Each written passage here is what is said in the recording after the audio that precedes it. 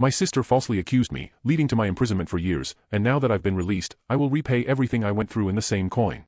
My sister has always been a troublesome person, and we all knew it. She didn't even finish high school because when she was attending, she simply decided to disappear for years with a boyfriend, and when they broke up, she came back and immediately started living with us again. My mother and father complained to her, but did no more than that. Obviously, this bothered me, and I told them several times, as I had already seen her take my things to sell several times, but they just said I should be patient and that they couldn't just kick my sister out of the house. However, one day, she eventually did something that I couldn't even imagine she would do. The police knocked on our door, saying that a person from my neighborhood a few days ago saw someone leaving her house carrying her personal belongings. She followed this person and saw that they entered my house. She was masked, so they didn't know who she was, but still, they came to check the house with a warrant. We all already knew who had done this, and we just accepted them to enter since we didn't have much of a choice, and they searched the house.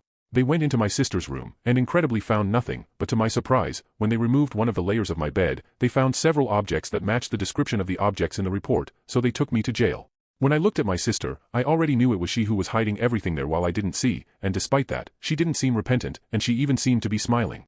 I thought that anyway, I would be released since that didn't prove anything, but to my surprise, some people who were robbed testified that it was indeed me who took the things.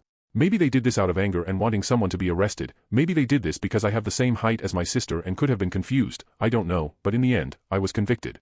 12 years in jail, a tarnished record, I lost my job and my college, and my sister was free all this time. I ended up getting out this year, about 2 years earlier for good behavior.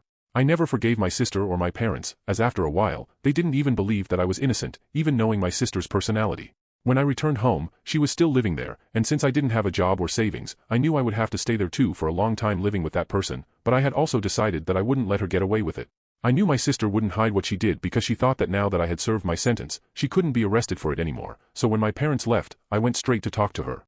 Even before I said anything, she started laughing and mocking how I ended up in jail for something she did and continues to do to this day, and I really couldn't believe how easy it was to get away with it.